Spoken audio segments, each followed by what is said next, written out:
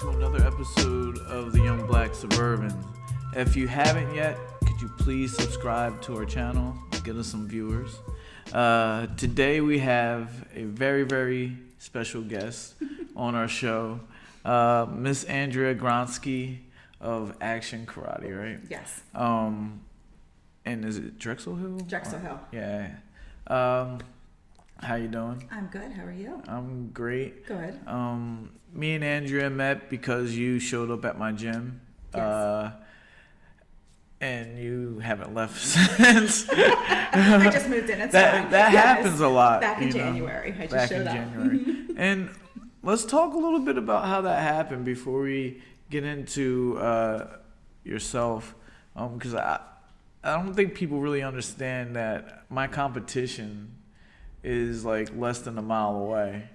So, my daughter, my oldest, Ella, she has been wanting to do boxing forever. So, but then COVID hit, and I was like, oh, let's wait. So she finally broke me down in December, and she's like, I want to do boxing.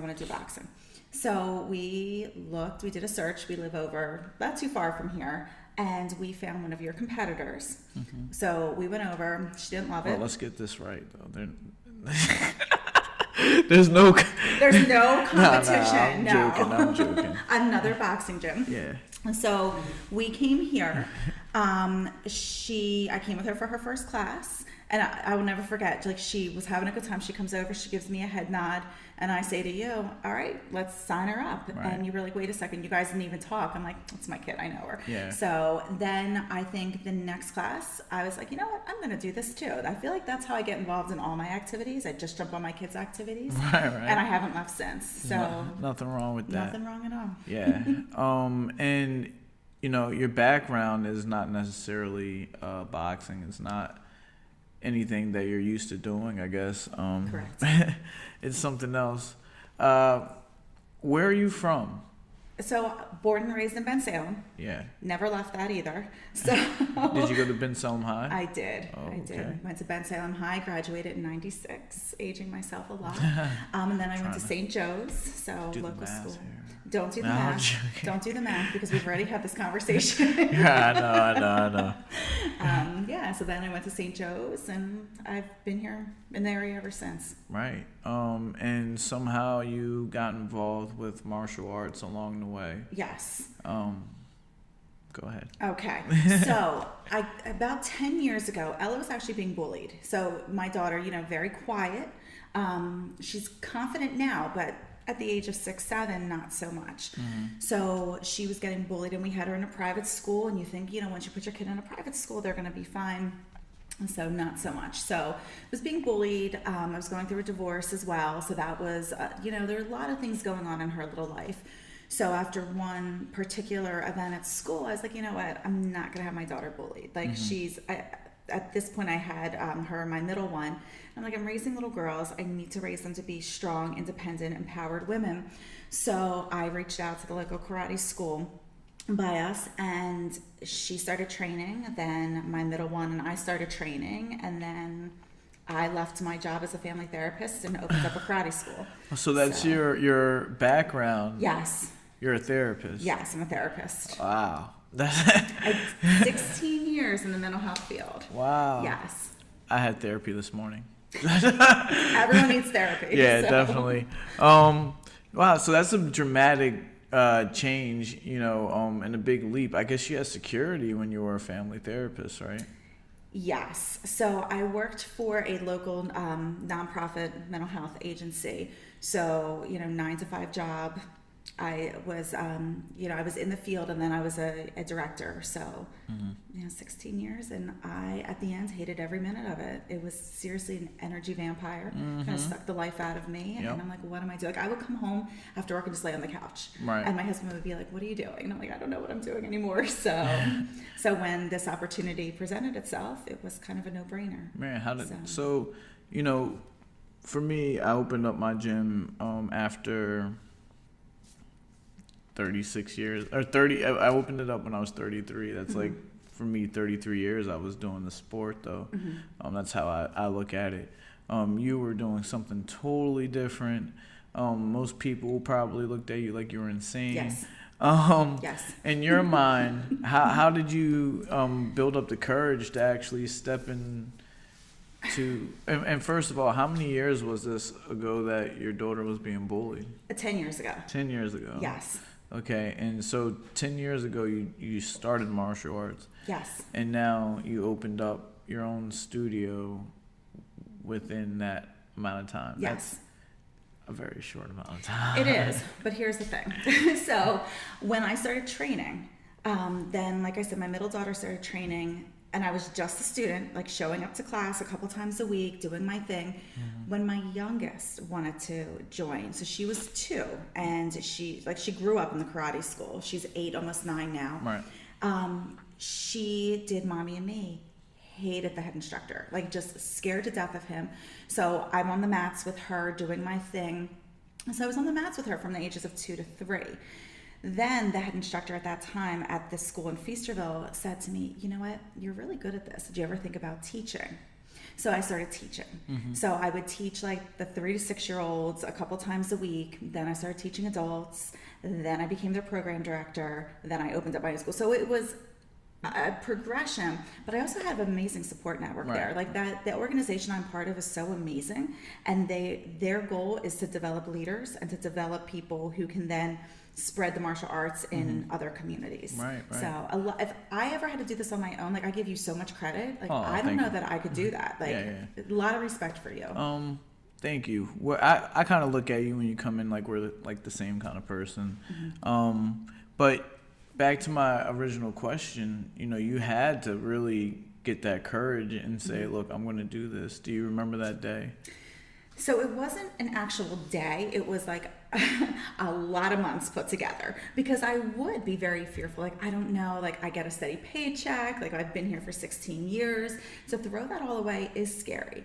And, people do look at you a little funny when like, you have your master's degree, like you went to school for this and now you're just going to throw that away. Yeah. But sometimes you just have to take that big leap and just not care what other people think. Like, know in your heart when something feels right, when it's right. And I mean, my husband is super supportive guy. So he was like, you got to do what makes you happy, and we'll get through this somehow. That was my next question. Yes. Yes. When you said that to your husband, he was just all in? All in. Good. So what's funny is when we were going to open up the business, that's when he suffered his spinal stroke. Right. So 3 years ago, he had a spinal stroke. In the hospital, the day I got the phone call that the building was ours to open up in Drexel Hill. Wow. So I walked into his hospital room and I'm like, I got the call. I don't think we can do this. And he's like, no, we're going to do it. So he's always been, a very good supporter of everything I want to do. Nice. Yes. And, you guys didn't choose a building that was right around the corner. No. You're in Drexel Hill. To me, I feel like that's a commute. I guess you're used to it. You're in shape for it now. Yes.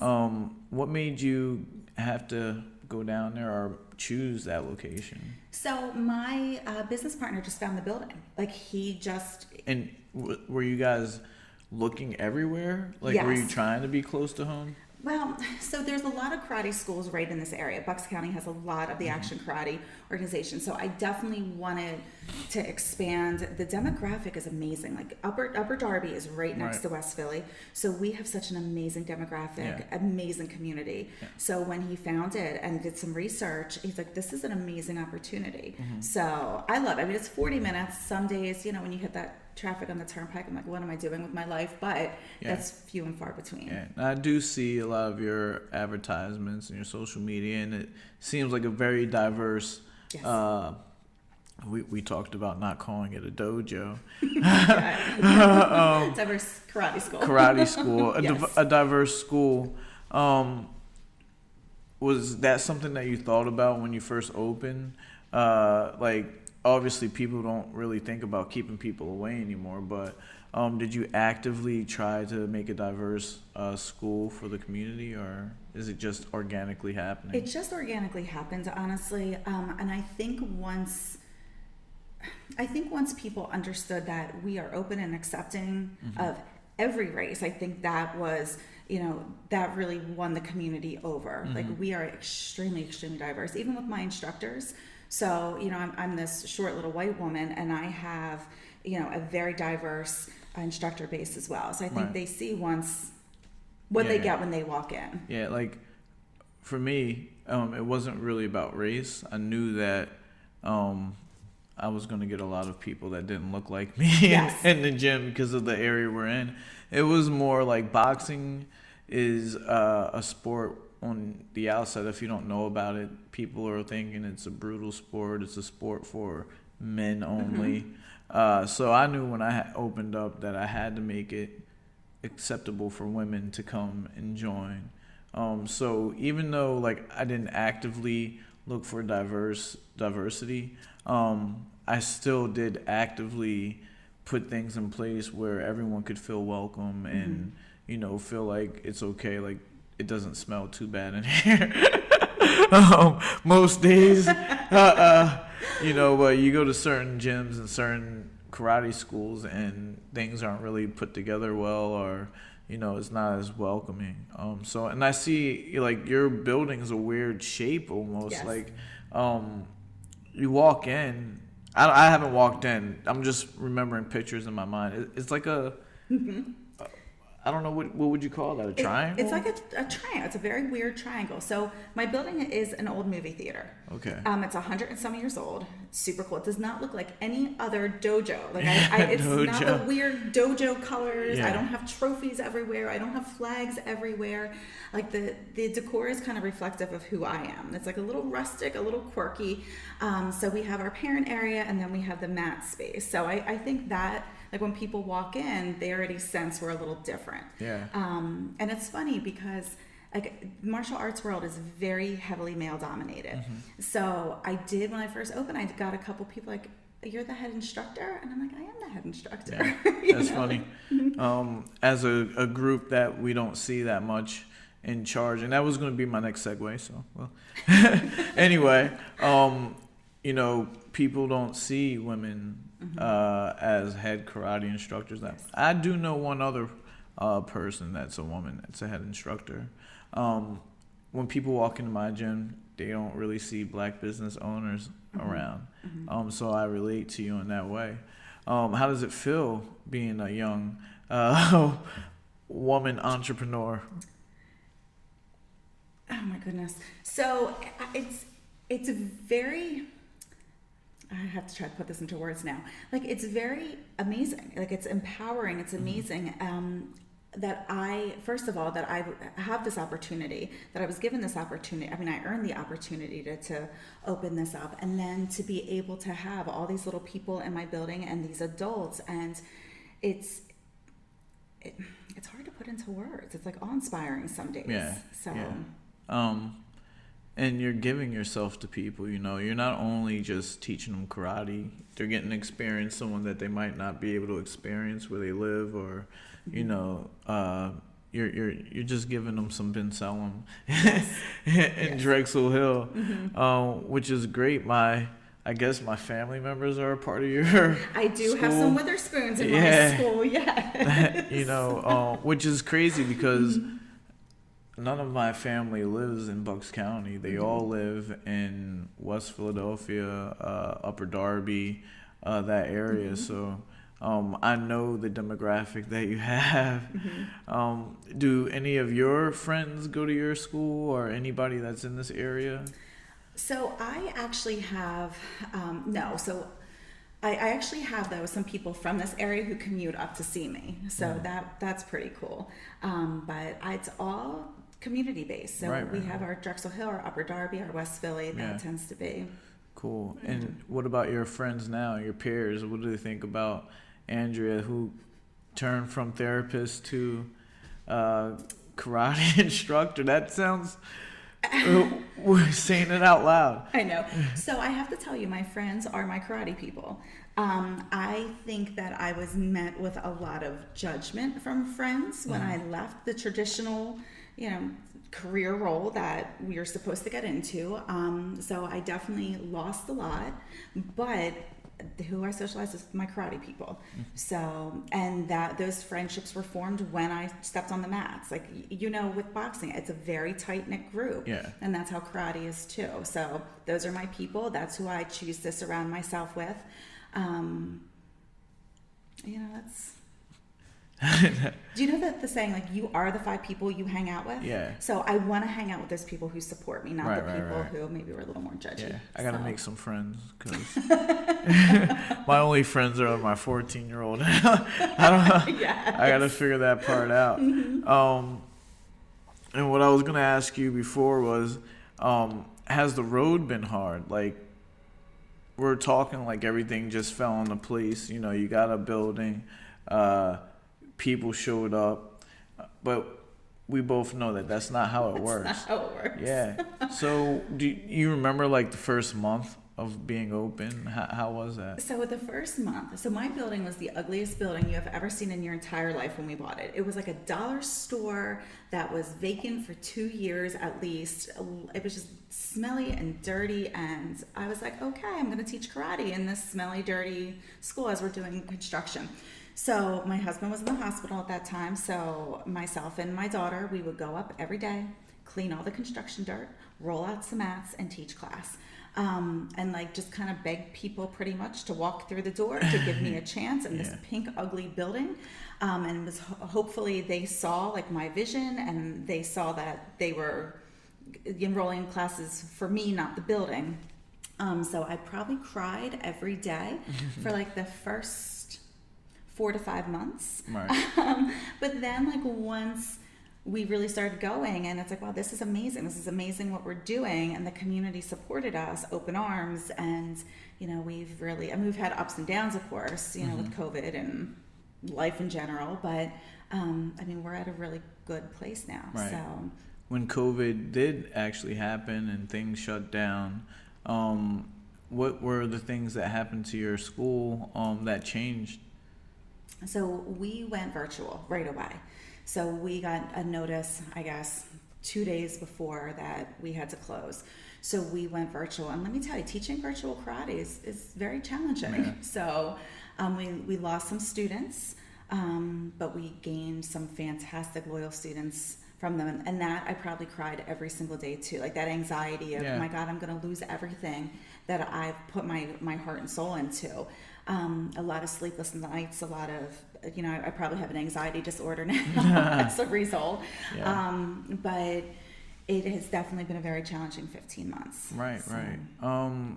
With the online training and everything, did you find it difficult to get people to view you, or did you find it difficult to get them to just perform what you needed them to perform?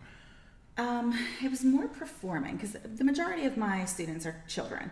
So getting them to focus on me on a screen, and I mean, I'm very hands-on. So if you're doing like some crazy kick and I'm like, oh, that's so not right.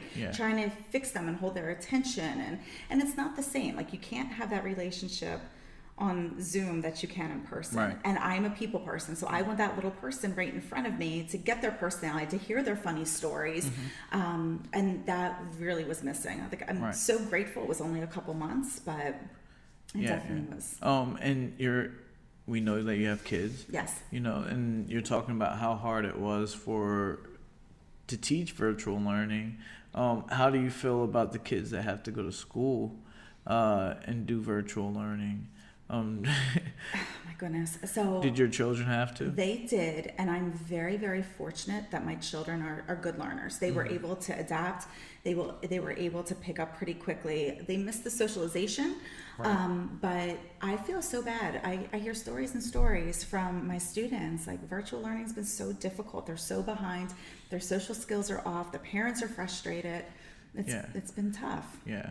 I'm glad that my kids go. I think my son was here with me like every day until they opened up. Yes. So you might know him more than I do.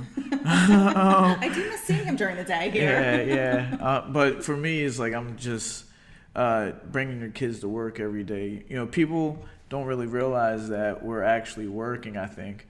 Because we do participate and teach and have fun, but it's a job, you know, and having my kid here for work every day was rough. Yes. So I'm glad he's back at school. Yes. He's way better at school anyway. A boxing gym isn't a place to learn. But you made it through COVID. I made it through COVID. Yes. How's business been, you know, since? Excellent. I think people are so anxious to get back to normal, get back into, having their kids do activities and socialize and learn new skills. So we've had definitely an outpouring of new students, which has been wonderful. Right. And how many classes do you guys have? Like, so I teach about 5 to 6. First of all, yes, you're here today. Yes. I took off today. You took off today. Weekend, yes. But your school's still open. No. We closed. Oh, you closed. Yes. Oh, okay, the whole weekend. Yes. Oh, all right. But if you want to talk about that, I take days off. Yeah, we'll get into that. We'll definitely. Yes. So I am open Tuesday through Saturday, and I teach in the afternoon because, again, the majority of my little guys are kids. So I teach after school, early evening hours. So I teach about 5 to 6 classes a day. Okay. And the curriculum varies, or is there levels of these classes? Tell me how it is. So I have my 3 to 6 year olds, which probably my favorite class ever to teach. Really? I know you and I feel very different about the little ones, but probably my favorite class to teach. They're just fun. We just have fun, and I'm teaching life skills using karate. Right. So it's not like I'm training little assassins at 3. Yeah. It's it's all about those different life skills And that are important. Don't get me wrong, that's my issue. I'm not good at preschool things. I'm not I'm not good at dodgeball, or I don't know what you would do. I don't know. But I'm like a purist, I guess you could say, when it comes to boxing. I'm like, I think I can make the 6-year-old do what I can make a 30-year-old do, but yes, it ain't that way. I think the biggest issue I have is these kids think that they're my age, and they treat me the same, and I'm like, they're not grown. I'm not very good at disciplining other kids. Okay. My kids, I know how to handle them. I just take stuff away from them, I'm not really good at putting other people's kids in timeout. It's just not my thing. Well, I don't do that either. So we do a lot of positive corrections. So I'm never going to say, no, you can't do that. It's going to be, I'm going to frame it a little bit differently. Like, oh, who has the best crisscross? Whose eyes are up here on me? So did you like my Miss Andrea voice there? Yeah. But I instantly, the therapist in you just came out. It instantly, I'm like, Yes. Yes. So that skill does not go away. Right. You're manipulating these kids into doing what you want them to do. I won't say manipulating. I'm saying using my skills to get a desired outcome. That's what I'm going to say. Okay. On that. So the little guys, we do a lot of life skills. Like last week we worked on resiliency. So that's like my theme of the week, and we're talking about how to be resilient when things don't go your way. We don't quit, then we do a hard kick and things like that. And then the older kids, my 6 to 12-year-olds, they're learning actual self-defense. But we're talking about everything that goes along with that. So balance and self-control and self-discipline and focus and concentration and everything that we want for our kids. And then the adults, they learn, their self-defense, their traditional forms. I give them a good workout. I'm their therapist more than anything else. Yeah. I have a very big women's group because, female head instructor, right. They walk in with their kids and I'm like, oh, this is new. So I have a lot of adult women on my mat. So. Yeah, I get a lot of women because they like beating me up, I guess. I don't know. I've seen that, yes. Yes, you are their verbal punching bag some days. No, I don't know. The kids and the women, I try to treat them all with, kid gloves, I guess. Yes. But it's a rough one. I like teaching the classes with you, and everyone's going to watch this. They're going to be like, oh, Tim Hayes. It's not the case. But, and that's on me because of the way that I like to teach. Right. I like to just, okay, you understand that I've done this my whole life. You're going to respect that. I don't have to make you respect it. Right. We're just going to do it. And my adult classes, that's what happens. No one questions anything. They just do it.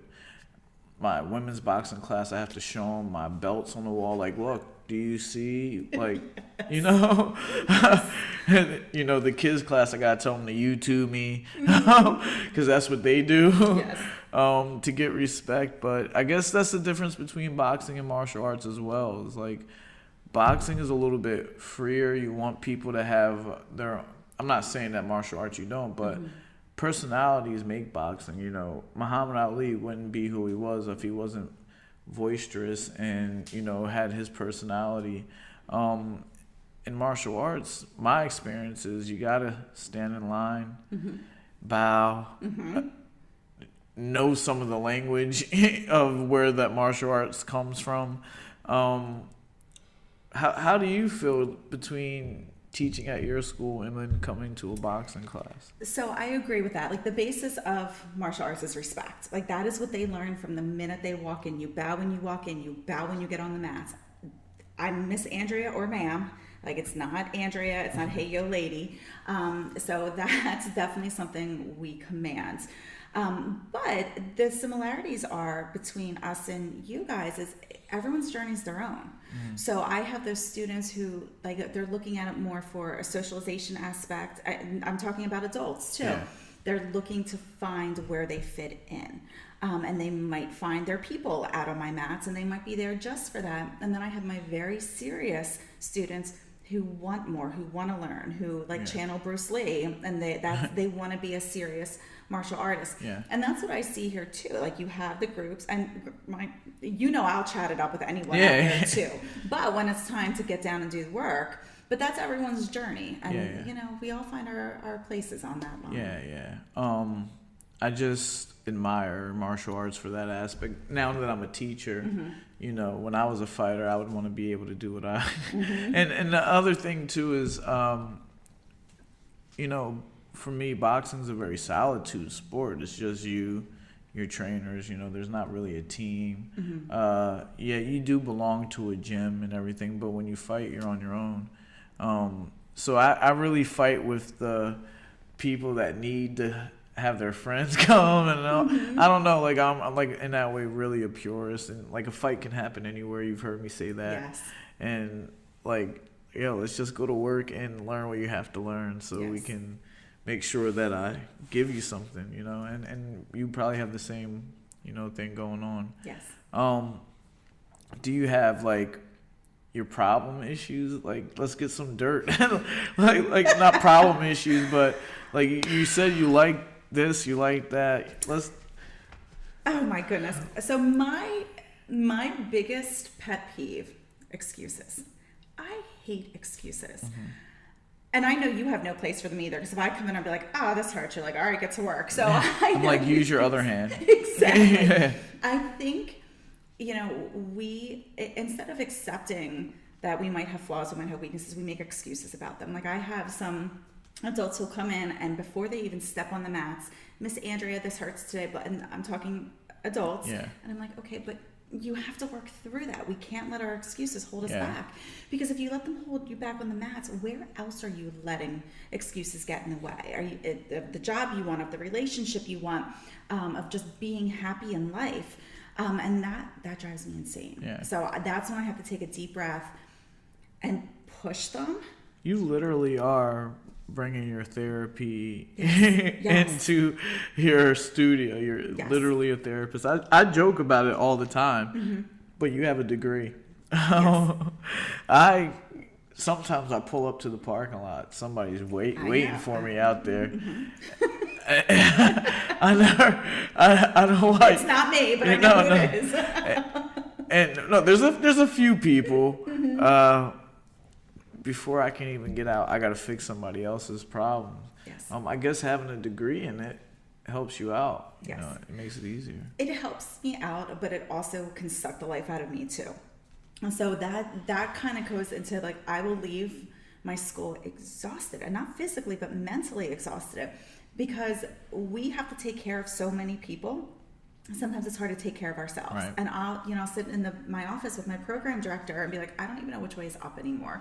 Like, it's crazy. But, you know, I'm very, very blessed to be in that position where I can help people, and I can be their therapist, and I can be that shining light in their day. Like, some of my adults, I'm all they have. Right. So, I mean, they might have a spouse situation, terrible relationship. They might just be by themselves. And if I give them that little piece of, okay, someone cares about me, it's exhausting. Yeah. I mean, but it's kind of my purpose in life right now. Have you always been closed 2 days a week? Yes. All right. So, because you'll obviously have to find a balance. Yes. How do you, do you do self-care and besides coming to my gym? Yes. So I meditate every day. Okay. If I don't, I get cranky, and my husband will say, "You need to go meditate." How do you meditate? So I do guided meditation. So I light some incense, find something good on YouTube, and it's 10 minutes because that's truly all I can give myself. And I just breathe. And of course, my mind goes all over the place, but it's just like that act of sitting and breathing. Yeah, exactly. We do the same thing, except it's not incense that I light. Well, to each their own. and I do put something good on YouTube, but it's after work. Yes. No, mine's definitely in the morning. And I like to garden, and I have backyard chickens. I don't know if you knew that. I have my little backyard chickens running around, and that's where I find my peace. Now, Sundays, I will not work at all on Sundays. Like, if you're calling me, you're going to my voicemail. If you're texting me, you're going to my voicemail. That's the time I spend with my girls. So, especially now with the weather getting nicer, we're in the pool, we're at the beach, we're going places. Mondays, I work in the morning. Just because I have all those loose ends to do. But besides that, those 2 days, I will never give up. Yeah. And, I feel like I might shoot myself in the foot with that a little bit because my school is getting so big. I'm like, I really should add other classes if I want to grow. But what are we, 3 years in? 3 years. Yeah. It'll be 3 years in August. We're like twins, except not. I know. And, you're dealing with that expanding. And we talked before about how to get other people to work for us. And how did you transition from doing a lot to having somebody teach your class? So that's hard for you. Yeah, that is hard. No one, and I tell you this all the time, no one's ever going to be you, and that's okay. So with my adult students, I just watch. I would watch and see, are they helpful? Are they going up and helping somebody else? Do I like their personality? If they're a pain, I don't have time for that because they're representing me. And that's the hardest thing. Do you trust someone enough to represent you? Because it's, especially you, it's your name, so that's hard. Yeah. But just watching and getting to know them and getting to trust them, and then backing off a little and letting them run a drill and seeing how do the kids do not respond to them like they do to me. So I have to do a lot of pre-framing with the kids. You're going to pay attention to Miss So-and-so up here. Right. And then just sometimes you just have to give it up to a higher power and think, okay, it's going to be okay. The building's not going to burn down. Yeah. They're not going to get all my kids to quit in a 50-minute class. It's going to be okay. Yeah. So. And I took some of your advice, and I have somebody that's going to be coming in. It's so exciting. I'm so excited for you. During the day, just to take, not during the day, during the mornings, just to take 2 classes away from me, which is going to be a big deal. For me. It's going to be my 9:30 class. Oh, see? So, I'm just kidding. No, because I talked to my therapist this morning, and it's about burnout, and being burnt out. And one of the issues that I have is that a lot of people, I feel like I'm on the couch now. I'll get messages where people will be like, what are the classes today? And I'm like, well, the last boxing class is at noon, but we have Muay Thai that night. And then I'll get a text back. Well, and this is a real text, and it's 4 people, but I'm talking to one person. We only want to train with you. And I'm like, well, I have other stuff to offer, and there's only one me. And I get that every day. Oh, I only want to train with you. I only want to train with you. I'm fighting. How do I just not care, and be like, look, you got to do this. Because also another thing is we make a lot of money in our business. You were in a job where you weren't happy and you weren't making, well, I don't know if you weren't making what you wanted to make, but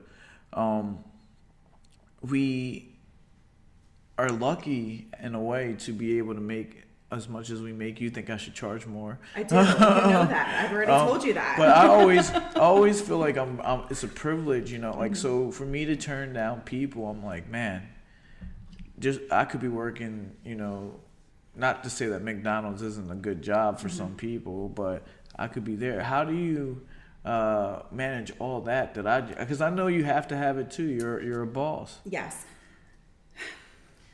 Boundaries are hard because you're a people pleaser. Mm-hmm. And you want to make everyone happy. You want to give them that 2 therapy sessions today. Okay, listen.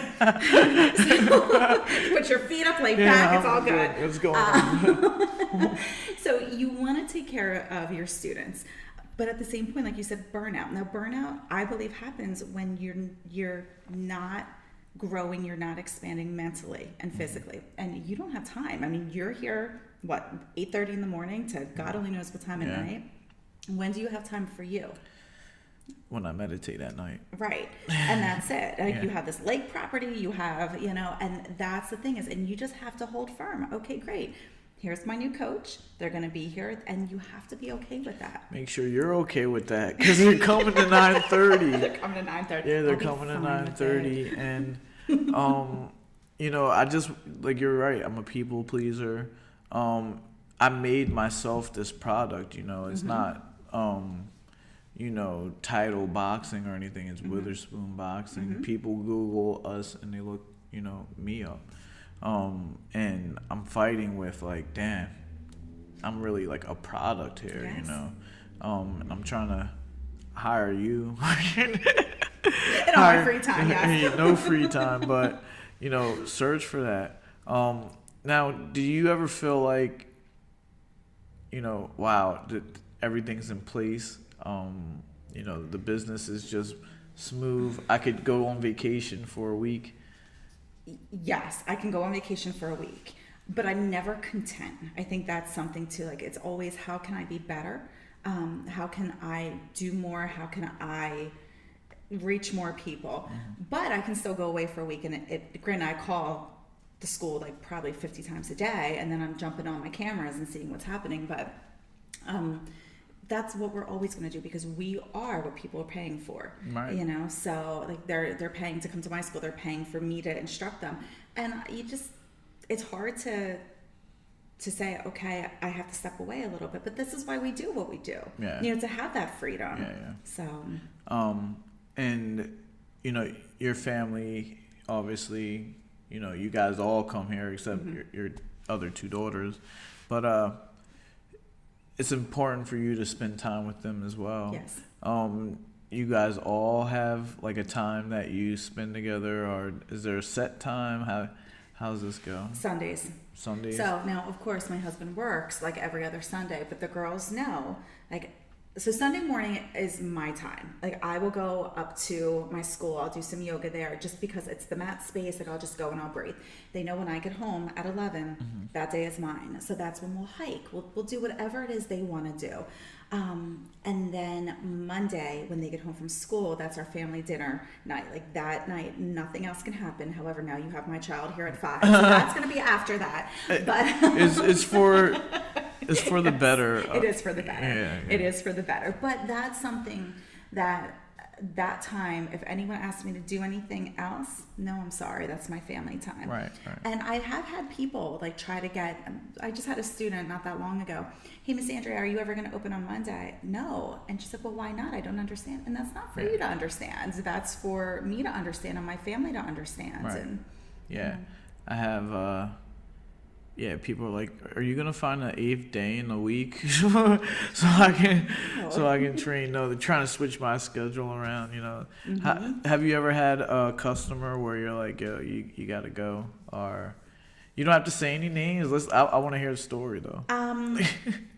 There have been times where people walk in the school and I'm like, oh, good Lord, I cannot. Just the nice thing is they kind of weed themselves out. I've never had to kick anyone out, thank goodness. Knock on wood. I'm close. Yeah, but sometimes if someone's that toxic, you kind of have to part ways and be okay with it. We have membership agreements, and I have let people out because I'm like, I can't deal with this anymore. Right. I can't deal with the negativity and everything. But it rarely gets to that point, I think, and that's kind of. I've been very lucky with that. I'm only 3 years in business. I'm sure some of my colleagues who've had their schools for 20 years have had some One issues. of my mentors was like, someone's going to die at your gym, right? Oh my God. Well, like, not because of what I do here, but just because I'm going to be open for so long. Yeah. I was like, And his experience in other people's businesses is that, you know, something that dramatic does happen at places. That was a pretty shocking. I looked at Jordan. Jordan's like, what? What's going on? But, like, so you saying you only been open 3 years, like, that's always in my mind. Like, I got to prepare myself for the worst to ever happen, like in the future. So somebody might die at your school one day. I don't even know how to respond to that one. I mean, we're part of our people's lives, so Yeah. I guess that's going to be. It might happen, right? Oh, gosh. So it's not all my maths. Like, I'm up to date with CPR, my AED machine, but just not all my maths. Yeah. You gotta be. And I always tell people, if you die, I'm dragging you in the hall. That's how no nonsense I am about the workout part, at least. Oh, I know. My legs still hurt from yesterday. So. Yeah. So what do you like about boxing? Anyways, two totally different things. And we had a long conversation just yesterday about your daughter and how we have to switch some things up so she can be successful in boxing. You personally, though, how are you enjoying your new career? So what I like, it's like kind of like the yin to my yang, you know, because the karate is all about self-defense, where boxing's a little more aggressive and a little more assertive. Because, you know, my biggest thing is I back up, and that's what she does, because that's, you know, I like it. I mean, I love it. I mean, you see me, if I'm not here 3 times a week, then I get cranky and I'm like, oh, I gotta go to boxing. I gotta get this out. It's very empowering just to come and like hit something and keep up with the guys, because I think, you know, some of the guys are like, oh, what's this woman doing here? There's a woman's class, like, go take that class. I don't think that way at all. No, seen you don't. I know that. I've seen some women in here that would probably like wipe up a whole one of my classes. I agree. But including your daughter. She's a beast, that one. If she had a little bit more weight, these guys would be in trouble. I know. You gotta talk to her about that, though. She's trying to get her abs in right now, so. Wherever you want to be. So that's the good thing about boxing, yes. too, is that like wherever you want to be, you can be as far as weight goes. Yes. Just got to be healthy. And, you know, it helps out a lot of people. And I'm sure you see in your school, people coming in with, you know, balance issues or this injury or that injury. And you see them getting better. Doesn't that make you happy? It does. It absolutely does. You know, especially when it's an adult who is the most uncoordinated individual ever, and then it's like, oh, you can stand on one foot and do a whole bunch of kicks for a long time. Right. So I don't know if you know much about my own personal limitations, but I have lupus and I have rheumatoid arthritis, and that's something like I've never let hold me back. Like I might like not go as hard on a workout, but I'm always giving it my all, and I use that with them too. Like, okay, so you have an injury. We got to work around it, and look how much you've improved it so far. So I'm constantly pulling back. Can you explain lupus and some of the, you know, the issues that? So basically, it's an autoimmune disease where my body's attacking itself. So it's going after my joints, my organs. It just kind of sucks the life out of you a little bit. So my energy level's low. I'm not able to do like a lot of the stuff I used to be able to. Like my last big run was Broad Street. I'm lucky if I can like do those sprints down the hallways you make us do some days. So it's this diagnosis. It's only a year and a half old. So this was kind of a big shock. And you know, with the rheumatoid arthritis, same thing. Like my fingers get swollen, my toes get swollen, and it hurts to walk, which I'm on my feet all day, so that's always fun. But you know, I changed my lifestyle. You know, I'm a vegetarian. I try to do gluten-free and all that stuff too. I just try to keep going forward. So along with running a business, you have to physically or mentally at least run your body. Yes. Because it's going to go in the ground. Run your family. Yes. You got a lot going on, man. Yes. You got a lot going on. You sure 10 minutes of meditation hours of meditation is enough. Yeah. Like, so I go bowling, you know, that's like something that I do that's like totally out of the realm of anything. Boxing is kind of similar to what you do at your job. Like, what do you do that's not like your job? Wait, don't you ride horses? I do. Right, I do ride right. horses, I got yes. that one. I remember. Yes, I do ride every week. Every week? Every week, Yeah. yes. How's that? I love it. My goal is to buy a horse, but they're kind of, high maintenance. So we'll see. Hard to keep up. But it's funny because that's what I do with my youngest daughter. Like I told her, I do all my activities with my kids. So that's what I do with her. Yeah. So. Yeah, which one? Well. You haven't met her yet. Oh, I haven't met her. You're going to meet her. She was in the hallway the one day with Jerry. You might get her because she's been after me. It's like she wants to come. So really? She's sassy, that one. How old is she? 8. 8, so she would be in our kids class. Yes. The other one. She's a good listener, though. She is a good listener. She's sassy, but she's a good listener. The class that I don't like. So with your school, though, what are your future aspirations? Like, are you guys trying to build more? You want another action karate? So that depends on my daughters. They always know that if they want to do this, I will open up another school for them. They're almost 17, almost 13, and 8. So. And all 3 of them. All 3 of them are black. So Ella's a 2nd degree black belt, Ava's a 1st degree black belt, and Bria is a junior black belt. Okay. So they've all been training for years and years and years. Right. So. And in your mind, you're like, if you guys want to do this, then we're gonna keep doing it. Yes. Right. So one day, though, even if you don't open up that other school, you're gonna have to back off and you don't think about that yet. It's only 3 years. Yes, but I do think about it just with my health issues. So that's when I have to rely on the other instructors that I have on the mats with me, like who would be able to step into this role if I need them to. Yeah. So. Yeah. I'm thinking. I need about like 4 of me, but with your hours, you definitely need about 4 of you. But yes. So if someone wanted to come check out your school, how would they go about doing that? So all social media. So we're on Instagram, we're on Facebook, and then Google. Call me, text me. But what are your tags? Like, is it just action karate Drexel Hill? Yeah, action karate, Drexel Hill. Action. Okay. And what about you? Can they reach out to Andrea Gronski? Well, they can reach out to me. Yeah. They might need some therapy on the side. You got a lot of businesses going on in one. I know. So, all right. I picked your mind a lot. I finally get to know more about you. Is there anything that you might want to tell people that they don't know, or any message you want to send out to the world? I think my big thing is just step out of your comfort zone. Like, you never know what's going to happen if you're just let go of all that fear and everything holding you back. If I stayed in my comfort zone, I wouldn't be where I am today. Yeah. So.